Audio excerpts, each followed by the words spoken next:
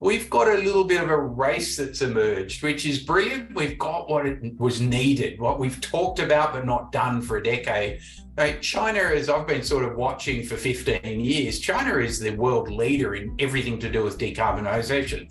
They are the biggest builder of new coal-fired power plants in the world, but they are also the world's leader in wind, in solar, in hydro, in electric vehicles, in batteries, in grid, in nuclear, in hydro, in hydrogen, you name it, they're the world leader in all of those. And finally, America's woken up and realized that they're a decade behind China.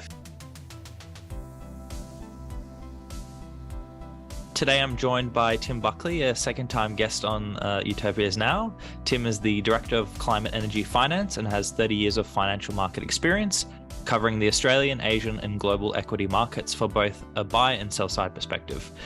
Tim was formerly the Director of Energy Finance Studies of Australia South Asia and was the Managing Director and Head of Equity Research at Citigroup for 17 years.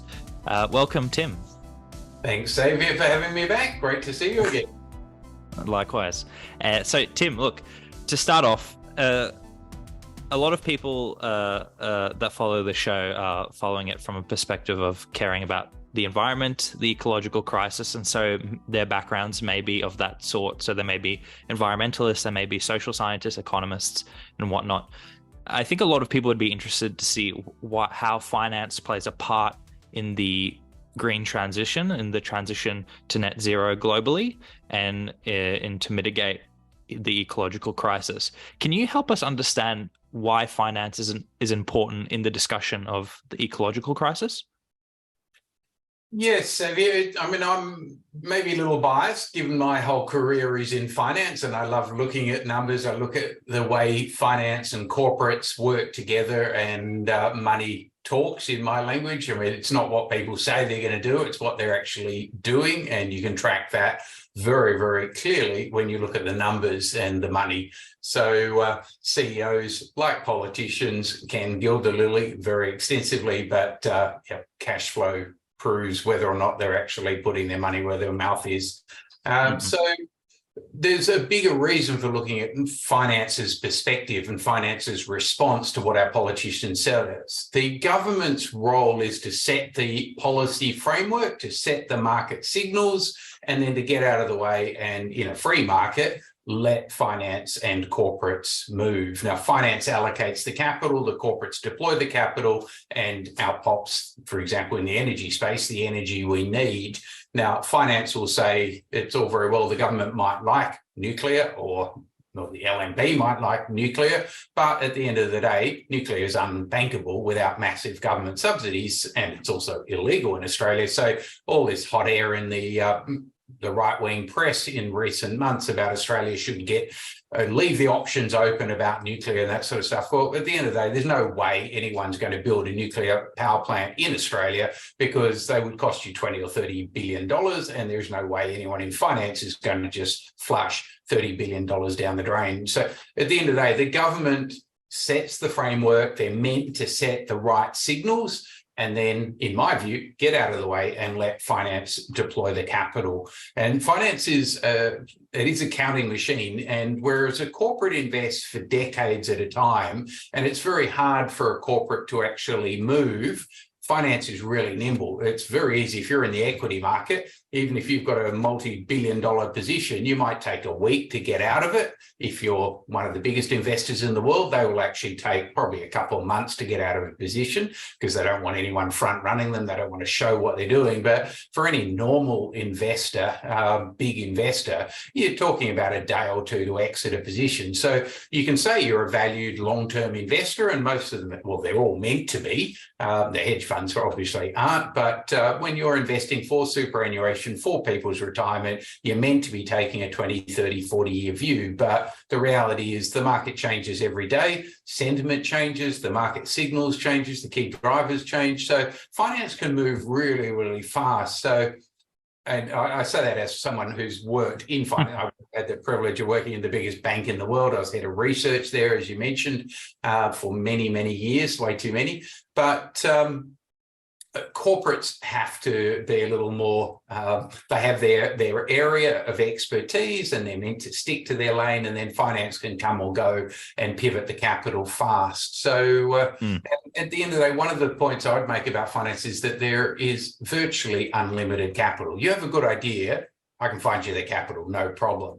And we're not talking hundreds of millions of dollars or billions of dollars. We now, ironically, in 2023, like Giga Shaw, the head of the Department of Energy Office Loan Program, talks about trillions of dollars. That's the new norm. The world spends a couple of $1 trillion a year on energy systems. So over a 30-year time frame, if you're spending 3 or 4 trillion a year, over 30 years, that's $100 trillion.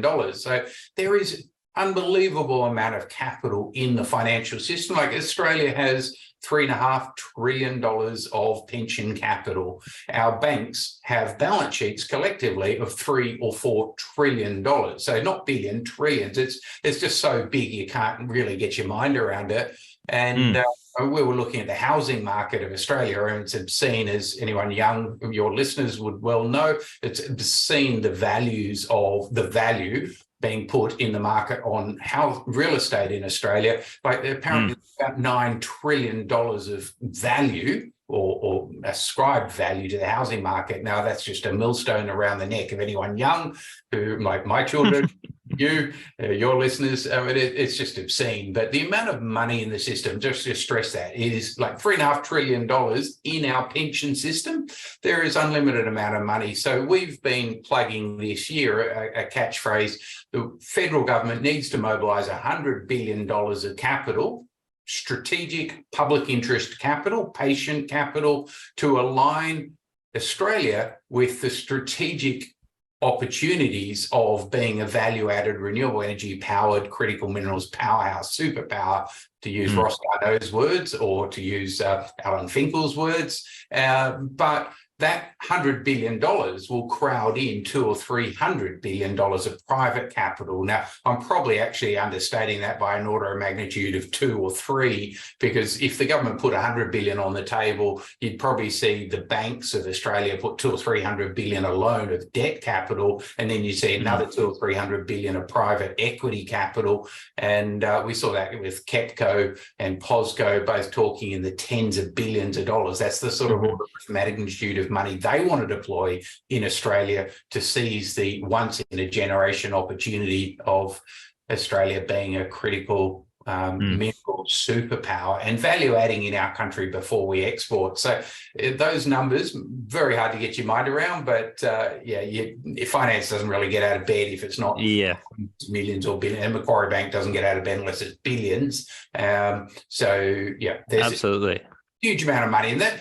Sorry, maybe it's a very long answer, but it's what makes me really positive, because I know I speak to any climate scientist. You don't have to look at the sea temperature charts. I try to not look at them because they are so horrible. But at the end of the day, the scientists say, well, we better be able to move really bloody fast because the science is moving worse than we expected. But finance can pivot really, really fast. And it's all about the pivot point. It's all about the points of inflection. You don't have to see the trend. It's obvious electric vehicles have won this race.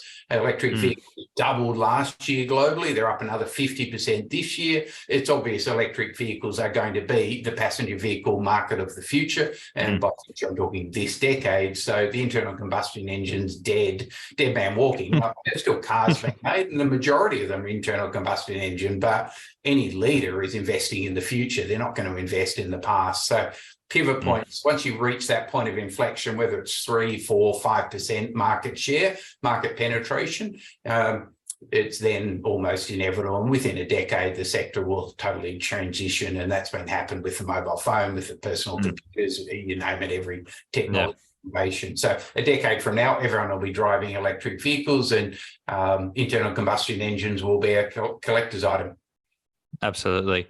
And I think with all that being said, I think an interesting question would be is how is the energy transition going? So since we last spoke, there was an election in Australia, which has been largely positive when looking at environmental side. Obviously, there's a lot of work to do and still a lot of barriers. Brazil has had an election which has had a good impact on the environment. And at the same time, there's also been record-breaking heat. So, for example, last week, or what was it, the week before, had 4 consecutive days where the global average surface temperature was broken, which is absolutely ridiculous. So we have an idea that a lot has changed since we last spoke. So I'd be interested to know, how is the energy transition going, whether that is for Australia, whether that's for China and India, or overall. What is your view? Xavier, it's a really important point, and let's start with the caveat. I'm not a climate scientist, but so it's absolutely true. The scientists have been dead right. The 99.9% of scientists who aren't bribed by fossil fuel companies. So the ones who are actually doing their job and being scientists have been dead right. They've underestimated the rate of climate change because they're conservative people by definition, and the climate disaster, the climate crisis, is far worse today than it was a year ago. It was, we've got a climate crisis and it's evolving real time. So I have no doubt that the climate scientists are right, and every week, every month, every year is critically important. This is the critical decade. We have to act. It's going to get worse before it gets better, even if we act at full speed, because of the inertia and build-up system problems. So put that aside. Let's accept that as a statement of fact. The scientists are right and the climate emergency is real. We do have an issue, and I was talking today to some very, very experienced lawyers who are fighting with Woodside, the dinosaurs, the climate Luddites at Woodside, and they're going, Woodside just throws up, there are multiple different scenarios around. There are scenarios that are aligned with 1.5 degrees. There's scenarios aligned with 2.2 degrees, and there are scenarios aligned with 2.5. So at that point, I just interject and go, by the way, there are no 2.5 degree scenarios. There's a dead planet. There is no economy. There is no Woodside. There is no money. And so you're talking about a dead planet. You're not talking a scenario that has any validity, because we can't go there. So let's stop talking the crap that the fossil fuel industry throws at us all the time. There are scenarios where we have a livable planet, and there are scenarios where we're all dead. And so therefore we will have to solve this. And the worse it gets, the faster we'll have a policy intervention, because if we leave it too long, it'll have to be more dramatic, but it will have to happen. And the Luddites at Woodside, and I'll call them out every day, because they are there putting their children and our children at risk, and they're profiteering, and they're using a finite resource. They've overused it already, and yet they're still expanding in the wrong direction. So with all of that, strong words. Where are we at? So I am actually really positive, and since we spoke last, I'm probably far more bullish, if that's possible. We've got a little bit of a race that's emerged, which is brilliant. We've got what it was needed, what we've talked about but not done for a decade. China, as I've been sort of watching for 15 years, China is the world leader in everything to do with decarbonisation. They are the biggest builder of new coal-fired power plants in the world, but they are also the world's leader in wind, in solar, in hydro, in electric vehicles, in batteries, in grid, in nuclear, in hydro, in hydrogen, you name it. They're the world leader in all of those. And finally, America's woken up and realized that they're a decade behind China, and they don't like being a decade behind. And they also have realized, thanks to Putin's invasion of Ukraine, how exposed America and Europe is to supply chain security. And Putin's done that because Russia was one of the big critical minerals developers and suppliers to the world. They're also the second largest fossil fuel export state in the world, Australia being number 3. But as soon as you put the sanctions against Russia, then all of a sudden your supply of energy, of gas and coal and oil, is threatened. And so we've had a crisis in the last 18 months, hyperinflation of all things to do with fossil fuels, because of the sanctions against Putin. Now, Putin, he gambled that the West didn't have the balls to actually respond to him. And it's cost everyone in the West, everyone in the world, a huge amount, but they've called Putin's, it wasn't a bluff, he's gone to war over it, betting that the West wouldn't respond. We have, and we're all paying that price, but it was a price that had to be paid. Now, what it's also done is then accelerated the energy transition, because it's reminded us how expensive fossil fuels are. So we've now got America, for various reasons, realizing, well, hang on, if we were reliant on Russia, we were far more reliant on manufacturing in China.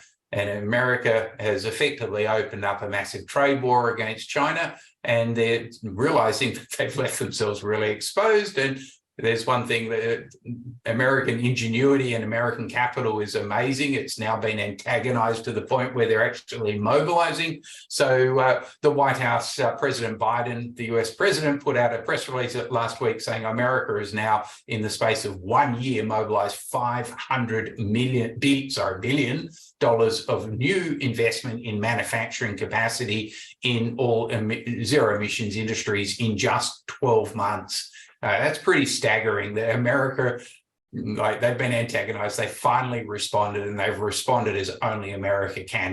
That's the reason it's the number one economy in the world. Now, China's rapidly trying to replace them as the number one economy, but they've been antagonized enough. So we've now got a technology and investment race between China and America. And that is what we need, because Europe's jumped on the bandwagon. They're having a race there. They don't want to be reliant on Chinese and Russian supply chains. Japan's got involved because they don't want to be reliant on Chinese supply chains. Korea's got involved. India's got involved. And even Australia's thinking of getting involved.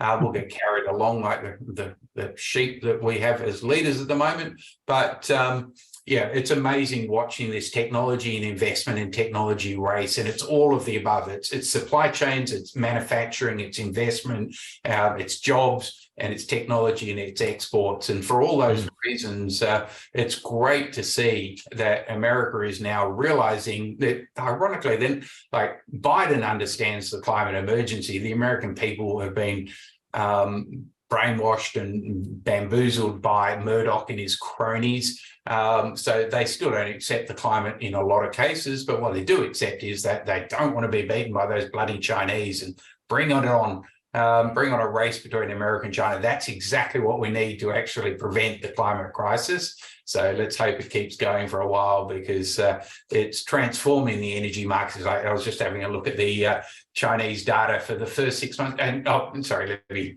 keep my rant going. No, please.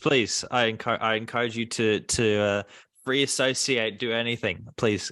So China, rather than just saying, oh, okay, we'll give up. Now the Americans are here. They're in the race. We've lost. We'll give up. No, the Chinese have just doubled down and gone even harder. It's just beautiful to watch. So, like, the two most powerful countries in the world running as fast as they possibly can to solve the climate, just to beat each other up, whichever. So China, in the last 6 months, installed 108 gigawatts of wind and solar. So 108,000 megawatts. Now, put that in context, 108 gigawatts of wind and solar in just 6 months. That is 1.5 times the size of the entire Australian electricity grid. And China did that in wind and solar in just 6 months. So in 1 month, they installed 25 gigawatts, like a third of the Australian grid. They installed, it's taken us 50 years to build our grid, and they did a third of our grid in 1 month in wind and solar alone. So like, China's up 112% year on year. They're doing 112% more wind and solar this year than they were doing 1 year ago. That's how fast China's running. Like, this idea that it's going to be a slow, orderly transition. We've got decades for the fossil fuel Luddites to spill their filth on the rest of the planet and destroy our climate. I mean, the Woodside delusion, it's going to take decades for the world to move. Crap. It's going to happen this decade. China's moving. America's moving. China's moving at a speed that no one could have, even me and my most bullish forecast 10 years ago, couldn't have forecast how fast China's moving right now. Yeah.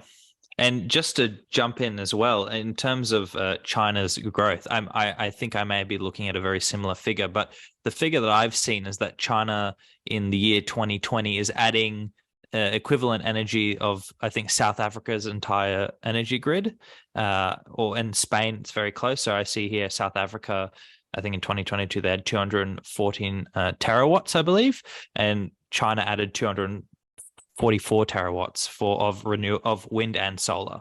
So it looks like, China's adding entire economies worth, or entire energy system worth of green energy, which is just baffling. And I feel like this is in conflict with a lot of greater narratives about and I must say, outdated narratives about China being the biggest contributor to in terms of total emissions, which I think is true if you look at absolute figures. And at the same time, I think what is not acknowledged is at the same time they're leading the way in a very large way in the green energy transition. And I think I saw some figures by the IEA recently, where the total growth of green energy globally is largely due to China's expansion of its green energy system and advanced economies. So that's, I think we have to say that China is very much leading the way and is responsible for a lot of the growth. Do you think that's a fair statement to say? Yes, and you're right. It's very contrary to the normal narrative. And in Australia, let's face it, is a military ally or a puppet of America. And both sides of our federal government are willing to kowtow to America. But I'm maybe a little more focused on the finance, and China's our number one trade partner. So I don't want Australia having a trade war with China. It's just like we cut off our nose to spite our face. It's just stupid. Sorry, that's exactly what Scott Morrison did. Unbelievable. Thank God we've got a new Prime Minister who actually is caring about Australia's strategic profile. But yeah, the idea that China is, and it is a statement of fact, China is building a new coal-fired power plant every week. They are today in 2023. That is in contradiction of the climate science and the climate crisis. But in China's view, the common but differentiated responsibilities of the Paris Agreement says that the developed world, the Western world, Europe and America and Australia and Japan and Korea caused the problem. The developing world will happily help solve the problem, but the developed world's got to actually take responsibility for the mess we created over the last 100 years. And so China has said that they will peak emissions before 2030.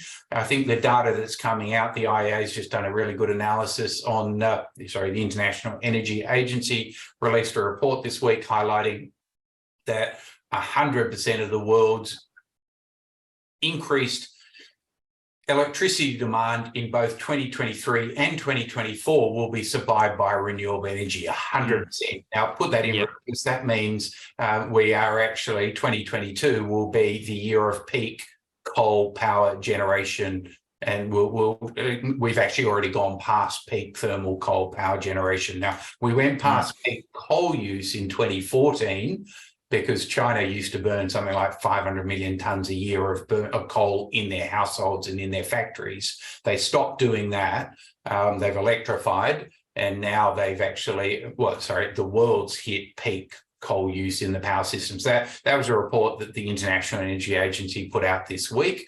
Renewables are supplying 100% of the power, and renewables are still growing every year, which means next year and the year after they'll eat into the baseload power that's coming from fossil fuels.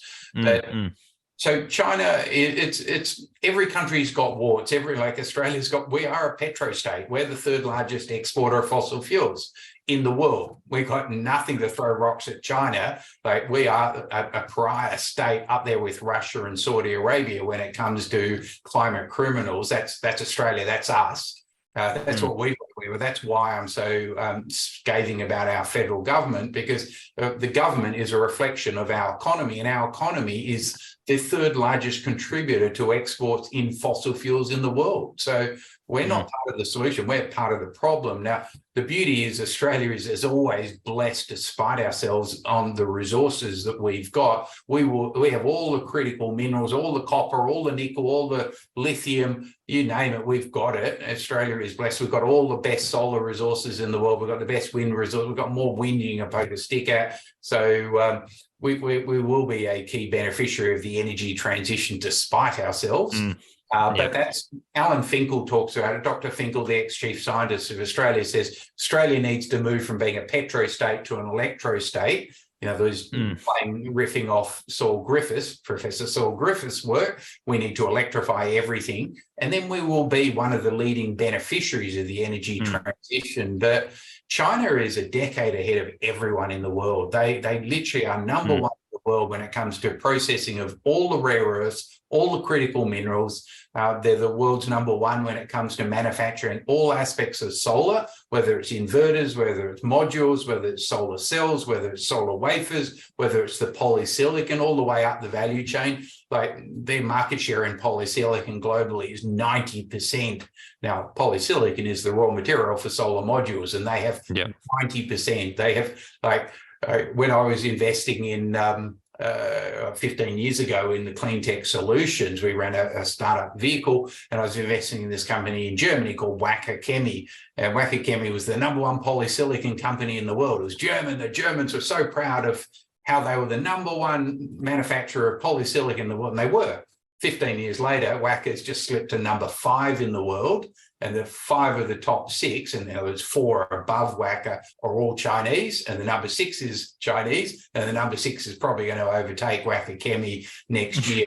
That's not because Wacker's gone backwards. It's that the Chinese are doubling every 2 years. Like this one partner company where we had a look at investing in them 15 years ago. They're a little minnow. Well, they're now the 4th largest polysilicon company in the world. And by the way, they went through 100,000 tons a year of polysilicon 2 years ago. Their ambition is to go exit next year with 400,000 tons. In other words, it's only going to grow 4-fold in 3 years. You just go, only the Chinese can think as strategically and as ambitiously, and then find the money to actually invest in that. And these companies didn't even exist 15 years ago, and they're now the biggest in the world. And let me say that again about batteries. Like the 5 of the top 10 battery companies in the world, 6 of the top 10 battery companies in the world are Chinese. And you go, well, batteries are absolutely critical to the electric vehicle transformation, and Tesla absolutely relies on batteries, but they're not relying on American rephrase that. They're not relying on companies that are American to supply their batteries. They're relying on LG of Korea. They're relying on Panasonic of Korea. They're relying on CATL of China and BYD of China. And the American government's going, oh, well, we don't actually own the technology anymore. So they're now luring these Chinese and Korean and Japanese companies to invest their factories in America. And it's all 3 of them are rushing to America, because America is the biggest domestic consumer market in the world. So China and Korea are playing off each other, fighting with each other, and they're both racing. They're both doubling their battery markets every 2 years. So 2 years ago, people go, oh, we're running out of batteries. Electric vehicles are taking off so fast, we don't have enough battery factories. Well, Bob your uncle, money flows. The Chinese invest $50 billion, the Koreans invest $50 billion, and Bob's your uncle, all of a sudden, the battery capacity of the world's 3 times bigger than it was a year ago. You just go, okay, great, bring it on. Great. Well, I mean, so just to summarize the question, with response to how's the energy transition going for China, it's going as good as it could be, it sounds like. And for the rest of the world, well, they're seeing them far ahead, and they don't want to be second place, and especially for the US. Yeah, that's the real change in the last 2 years, that this technology race has really, I've been hoping it was coming, but I was just sitting there watching the Chinese, and the Indians were getting into the race and they were moving, but they didn't have enough capital. Now America's in. It's a real race. It's a race to the top, which is exactly what we do. Yeah, and, absolutely. So I think, sorry, go on. No, I was just going to say, I think Napoleon had a great foresight when he said, I think it was like 200 years ago, that China is a sleeping giant. Let her sleep, for when she wakes up, she'll shake the world. I think this is probably what he was talking about, don't you reckon? No, absolutely. And but I'll agree 100% with the point you made earlier, that we need to be aware that China is the #1 carbon emitter in the world, but there are also 1.5 million Chinese. There's only 300 million Americans. So you have to look at it per capita. The Americans pollute far more carbon emissions than any other nation in the world per capita. And so China has a higher absolute emissions, but obviously only a fraction of the level of pollution the Americans are pumping out. Now, that's not to say China's absolved of all responsibility, but they're actually the ones investing the most. Like last year, they invested $4 for every $1 America invested as a nation in clean tech solutions. And now America's thrown $500 billion of capital on the table in 1 year. Bring it on, because we trillions of dollars of capital deployed, and between the two of them, they've got them. Great. Well, I mean, look, I think that's I'm very excited to hear that, and I can tell that you're excited to tell all of us about it. I wanted to ask a question now. It's in a slight nuance that I think it is important to keep in mind when speaking about green energy transition and climate finance.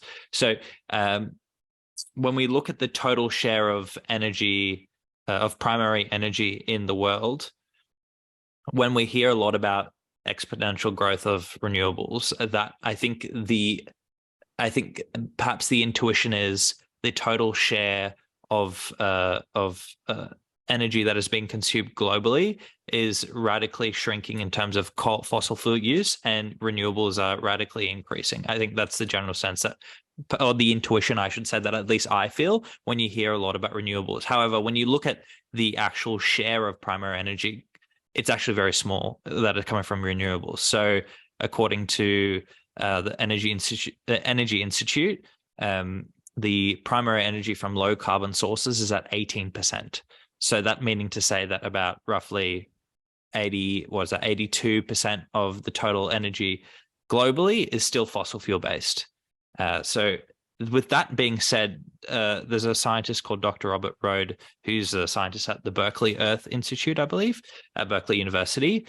And he's basically making the point that in spite of all the rapid growth that we're seeing in green energy, the total share of renewables is still quite small. And the growth is still, in terms of growth of renewables, even though it's very fast, in terms of its total share, it's still not near where it needs to be. And that's because of decommissioning of nuclear, for example. It's also because of, having to meet, growing populations and sort of offset that energy with more fossil fuel based energy.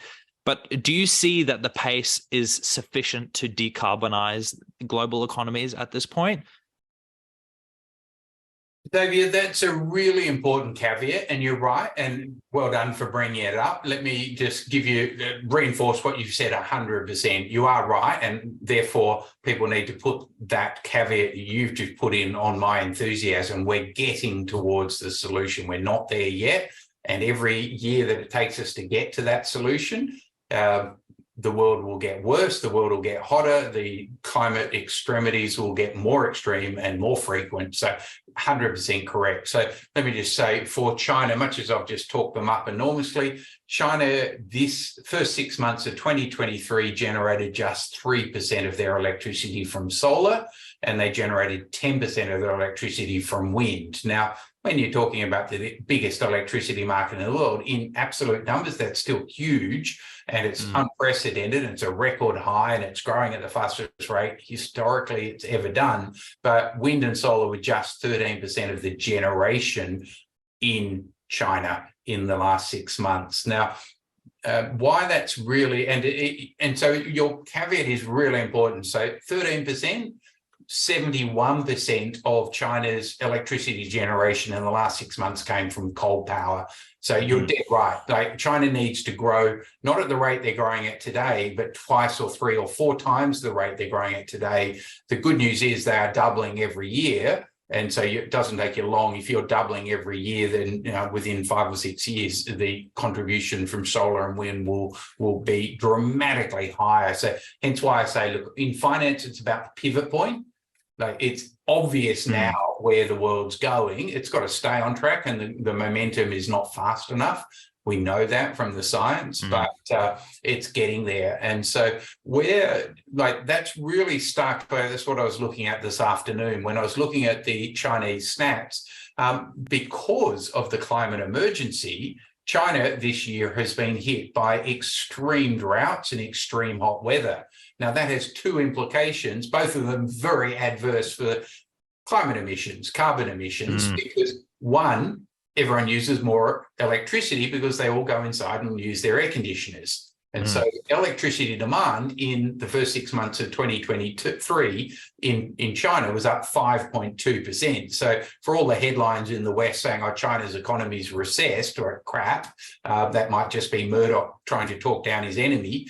China's economy is actually growing way too fast. GDP growth is only 6.1%. Like Australia, we're doing really well. We're at 3 or 4%. America's at 2%. Okay, so China's growing 3 times faster than America. I don't know how that's about.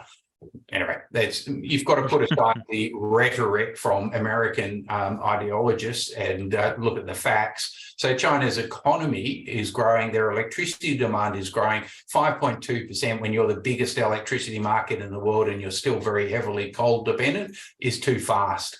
The second problem is that not only are people using more air conditioning, they're doing it because of the heat wave, they're doing it because of the drought. So hydro production in China is down 23% year on year. There's not enough water.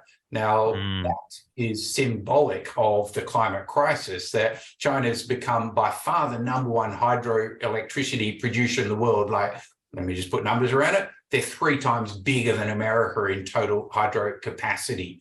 So 3 times bigger than America. So it's not equal to America. It's 3 times bigger than America. But now all of a sudden, water security is a real problem because you've got a drought, and it means hydroelectricity is 11% of the Chinese electricity system. And when 11% of the system drops by 23%, and wind and solar is only 13% combined, they might be, or not might, they're up 24% year on year. But in the meantime, you've got a heat wave, you've got an increased electricity demand. So coal power use year to date, 2023, is up 8% year on year in China. Now, we need that 8% to have a negative in front of it, not a positive. So the biggest coal user in the world has just increased their coal use in the last 6 months by 8%. That is a climate catastrophe. So I accept that China is part of the problem. It's the #1 country in the world. It is the biggest problem, but they're also the biggest investor in the solution. So every country's got its positives and negatives. And China is certainly not immune to criticism, but neither is Australia. And that's why I start by saying, we're throwing a rock at China. We live in a glass house. We're a petro state. We're one of the bloody gas industry, the export industry, gas export industry of Australia made $50 billion profit in just 1 year from exploiting Putin's invasion of Ukraine. We're a war profiteering country. We made more than $150 billion from selling fossil fuels last year. Profit, the revenue is $230 billion. So Australia's a petro state. We need to know what we are. We should not be throwing rocks at China. Yeah, absolutely. And an interesting point that you brought up in terms of increased use of, let's say, coal, for example. I saw a graph from the International Energy Agency just recently, and it showed counterintuitively that the year 2022 saw, compared to 2021, the rate of government subsidies for fossil fuels had tripled, something along those lines, or close to tripled, doubled at least, which I thought was pretty fascinating on one hand and pretty disturbing on the other hand. In spite of all this growth of renewables, it seems as though governments are bailing out fossil fuel industries in this regard. How do you think that is playing a part in, I guess, the global energy sort of transition? How do you see governments? And I know you have pretty strong views on locally, but what about globally? What are your thoughts? Yeah, let me give you an example of that. So Jim Chalmers, who I think is doing a good job. Who's the current treasurer of Australia? Yeah. Current treasurer of Australia has been for the last 12 months, and he's now reported Australia is going to have a $19 billion surplus in 2022-23. That compares to the sort of $50 to $100 billion deficit that Josh Frydenberg, the Liberal Party, the ex-treasurer of Australia, put Australia into, the hole he put us into. This crap that the LNP are good economic managers. Well, we can just chuck that one in the bin as a bogan slogan from Murdoch. So Chalmers has been very, very good at getting Australia back into the black. That was a phrase the LNP tried to roll out 3 or 4 times and failed to ever deliver on it. But having just put Chalmers on a pedestal relative to Frydenberg, that was easy. But what Chalmers did was let the fossil fuel industry bank $150 billion gross profit last year. And he increased the royalty that the LNG, the liquid natural gas exporters, paid. So I mentioned they made just one sector, gas exports from Australia, made a $50 billion gross profit last year. And Chalmers goes, oh, guys, sorry, you're going to have to pay an extra $500 million royalty to the federal government. 500 million. That's a huge number, but it's nothing compared to, it's 1% of the gross profit the industry made. So he's so timid, like it was pathetic. That, and I say that very directly, that the Treasurer of Australia, like 5 times better than the previous Treasurer, but he was kowtowing to the fossil fuel industry as they were making out like war profiteering. And I say that they're beneficiary, they're the number one beneficiary of Putin's invasion of Ukraine, and the Treasurer of Australia failed to show any spine whatsoever. He got 500, and it's not even an increase in 500 million. He pulled it forward from future years. So it's not even an increase. It's just a slight pull forward. 500 million, 1% of the profits the industry made. And that was his view. Now, they inflicted tens of billions of dollars of pain on the average Australian. We have hyperinflation in Australia right now. Inflation of 5, 6, 7%. We have interest rates. We've had 12 or 14 interest rate rises in the last 14 months, thanks to the Reserve Bank of Australia. The Reserve Bank's putting interest rates up. They're putting up the cost of mortgages. They're putting up the cost of rent through the roof. Why? Because of the hyperinflation in the fossil fuel sector. So the fossil fuel sector is inflicting enormous cost of living. Like, we have a cost of living crisis on our hands in Australia in 2023. There's one key proponent, that is the fossil fuel industry of Australia, and Jim Chalmers whipped them with a feather. $500 million. It's pathetic. And that is because the federal government still accepts donations from the fossil fuel industry.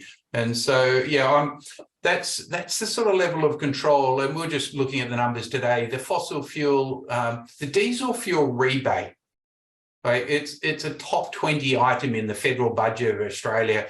$9 billion was the diesel fuel rebate to industry. In other words, we import diesel fuel. Every day Australians pay 40% tax on our petrol when we drive our petrol cars. If you're not rich enough to have an electric vehicle, you're still paying 40 cents in the dollar of your petrol money goes straight to the federal government. But of course, the mining industry of Australia is exempt from that tax. That exemption is $9 billion a year. It's criminal. So in other words, the federal government says we're importing all of our diesel from foreign countries like Saudi Arabia, and we give an exemption on the use of that. So we could do domestic electricity, renewable energy, and that would be domestic, that would be energy security, but instead the federal government's giving $9 billion a year subsidy to the mining industry to use imported diesel. And by the way, that diesel is very heavily emissions intensive.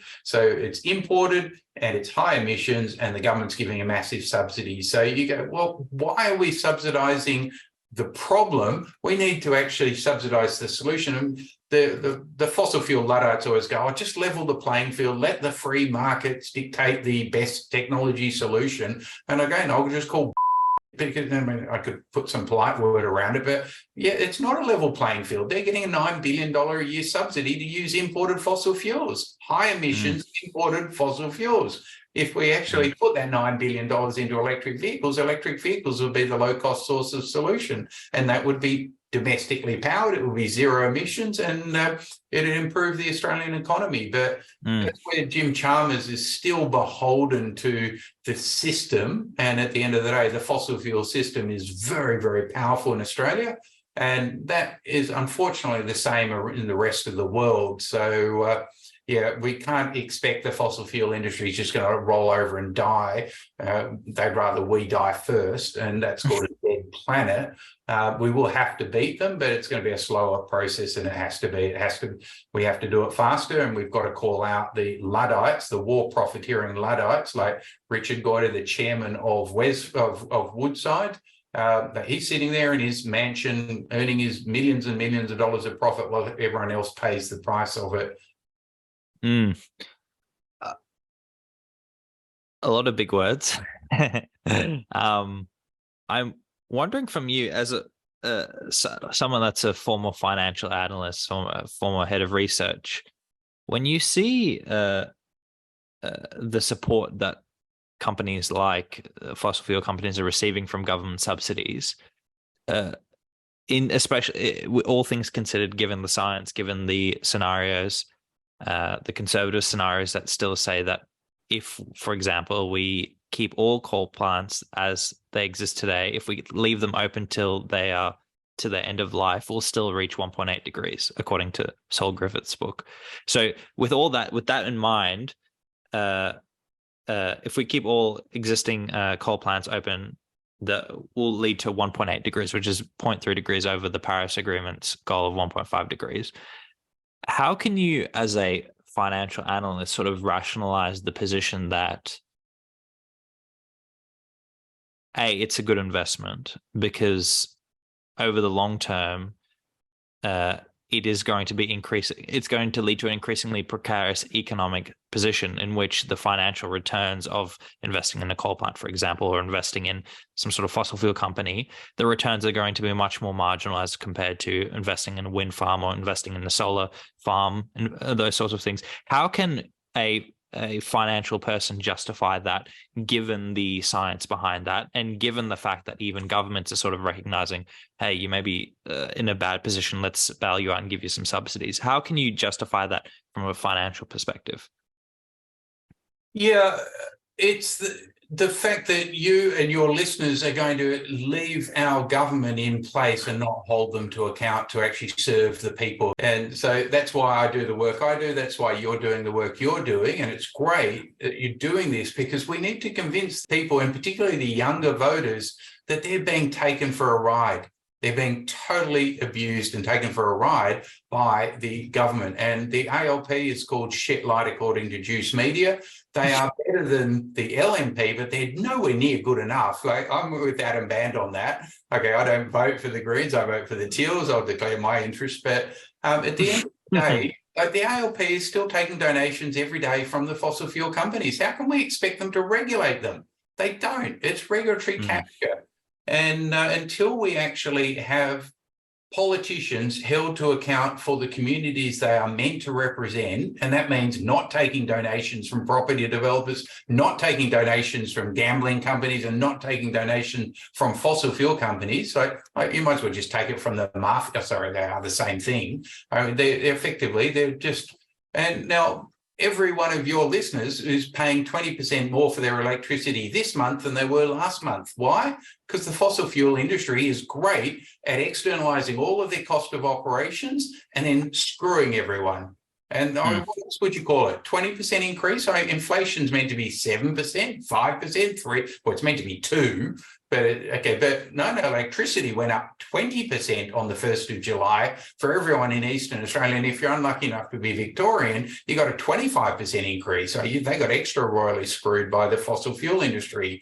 Now, I can tell you, Whitehaven, Paul Flynn, the CEO of Whitehaven, will be taking home his multi-million-dollar salary this year. His bonuses are obscene. I'll call him out because he's one of those fossil fuel barons that are making out like bandits. They're not caring about the 8 million poor New South Wales people that are paying 20% more for their electricity. He's making out like a bandit. His shareholders are making out like, but his shareholders are sitting in Switzerland and Germany. They're billionaires and they're quite happy to screw everyday Australians. So until we actually call, like, why is Whitehaven allowed to bribe our government? And sorry, donate to our government, which is one and the same thing, because it's a vested interest and it's able to externalize all of its cost of operation. And then worse, as you say, then go to the government and say, oh, give us a subsidy. We only made $1.8 billion net profit in the last 6 months. 101% return on investment, not good enough. Give us another bloody subsidy. Now, I'm sorry, I've just read the Whitehaven investor briefing. They made 101% return on investment in the last 6 months, and they made $1.8 billion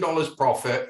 And they have $2.5 billion net cash on their balance sheet. A year ago, 2 years ago, they had $1 billion debt, and now they got $2.86 billion cash, and they returned $600 million to their shareholders in the last 6 months or 12 months. You know, they're just making out like war profiteering bastards. But don't worry, every one of your listeners is paying 20% more today for their electricity than they paid a year ago. So Paul Flynn, he can't sue me because everything I've just said is straight out of the investor briefing that he was bragging about to his clients, to his investors.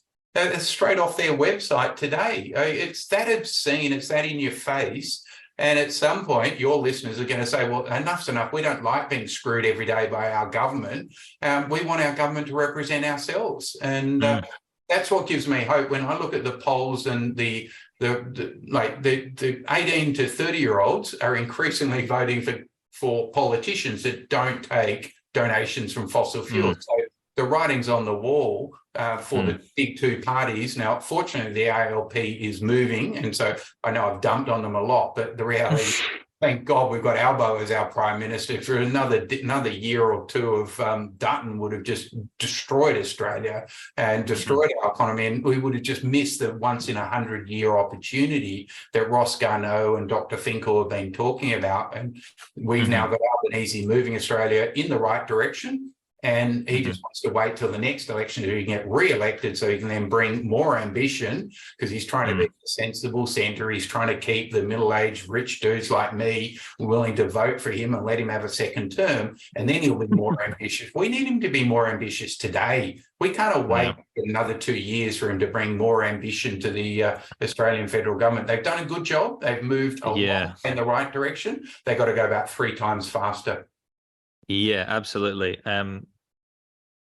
Yeah, I couldn't agree with you more. And I find it very admirable that someone, I mean, I don't mean this in a patronizing way, but someone of your generation fighting as hard for the needs and the interests of not only current generation and your kids' generation or my generation, but generations, many generations after. So there's a great metaphor which I use, and it's one that it's sort of the value that the podcast is centered around, which is being a good ancestor. So taking the idea of being a good Samaritan and saying, well, why does it have to be defined to my surroundings? Why can it not be for generations? Why can I not be a good Samaritan for multiple generations to come? So I thank you for being a good ancestor. Now, let me thank you. I appreciate that. And I'm making up for my sins having worked in the biggest bank in the world. We're part of the problem. I want to be part of the solution for the rest of my career. But I am reminded what you just described is let's act like our First Nations people. They managed to look after our nation for 60,000 years, and in 240 years, we've managed to it up. We need to actually get back on a more sustainable path. We need to learn from them, which is why I vote yes. I want the First Nations people to have a voice. I want to take more from what they do about having a more sustainable intergenerational equity perspective. Absolutely. I'm just going to give a little shout out. Alan Finkel put out this book, Power. I have to go read it. Yeah, so I'll declare I did help peer review it for him, but because he makes me look young. He's a bit older than me. I'm joking if he's listening. But no, what he's done. I mean, he's the ex-chief scientist of Australia. He's been advisor to the LNP government. He's now the advisor, one of the energy advisors to the Albanese government. And he has realised what Professor Ross Garnaut has been saying for 40 years, that Australia is set to be a superpower if we power up and unleash the clean energy supply chains and all the opportunities. The opportunity for Australia, I mean, that's what gets me fired up. Australia doesn't have to be a petrostate. We can, as Dr. Finkel says, be an electrostate. We can be one of the most powerful beneficiaries of the energy transition. And the opportunities for Australia are just staggeringly bullish. And that's why I talk up China. Australia's number one trade partner is China. It's not America. They might be our military ally, I think might be a polite word for it, we're their little puppet. But the reality is China's our number one trade partner, Japan's our number two, Korea's number. We're in the Asian century and we are in the Asian demographic, and we should be looking to Asia and working with Asia. And the opportunities for Australia are just enormous. And so Dr. Finkel's book very much highlights all of those strategic opportunities for Australia to be a superpower and to play at world level. This crap that we hear from both sides of our federal government, that Australia is 1.3% of world emissions, 1.3% of the world's population. It's pure crap. Let me say that, because we're about 7% of the world's emissions when you take into account our exported emissions. That makes us one of the biggest countries in the world. We're a petrostate. But we can help Japan, Korea, India, and China decarbonize their economy. If we leverage the power of Australia's renewable energy that Roscoe has talked about all the time, we need to embody that in our value-added exports and then help our trade partners decarbonize. So Australia will play with, like, I'll finish my rant. Australia is 50% of the world's lithium supply. 50. That's not 1.5, that's 50. We're half the world's lithium. And by the way, electric vehicles are growing at 100 or 50% per annum, and Australia's in the box seat to supply the world with what they need to decarbonise and drive the energy transition. So that's what gets me annoyed, that the Albanese government is still not seeing the magnitude of the opportunity for your generation and your kids. Like, Australia could be absolutely a world player, and we could benefit by doing the right thing, by actually having a sustainable economy. Absolutely. I mean, I agree with everything that you just said. As a final question, so I think we've focused a lot on China, and we then also focused a lot on Australia, which is great. As a final question, this is sort of an invitation to do some sort of rallying cry, so to speak. I'm not too sure, but not only for those that are from Australia or from China, but for our more global listeners. So I think 30% of our audience is actually from America, surprisingly. So hello, American listeners. But then there's also some interesting sprinkled Swedish listeners. Anyways, so it's very eclectic, because being a good ancestor is not something that you have to be from a certain country to be. So what are your final sort of parting thoughts in terms of your outlook on the future for the energy transition and for mitigating the climate crisis? Yeah, hopefully my comments might be antagonistic, but taken as a positive about what I said about America. It's amazing to watch America in the last 12 months. Thank God they have finally got President Biden, got his Inflation Reduction Action through, and the power of the American economy, the power of American ingenuity, the power of American capitalism is so stark, it's unbelievable. America's back in the race, and that is so important for us. That's what gets me really excited. And so, yeah, I might have dumped on America, but no, that's all right. I think they deserve a little bit. That's fine. The world Trump. Okay, let's not swear. Okay, so what we've got though is the power of the American economy unlocked, and that is unbelievable to watch. Like, I was looking at one chart.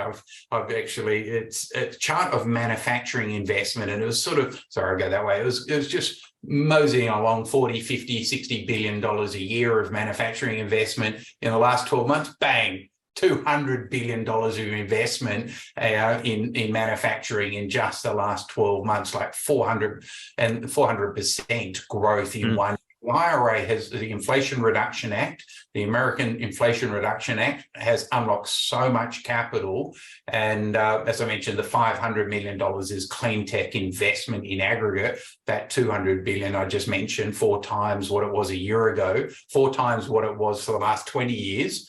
And now all of a sudden, bang.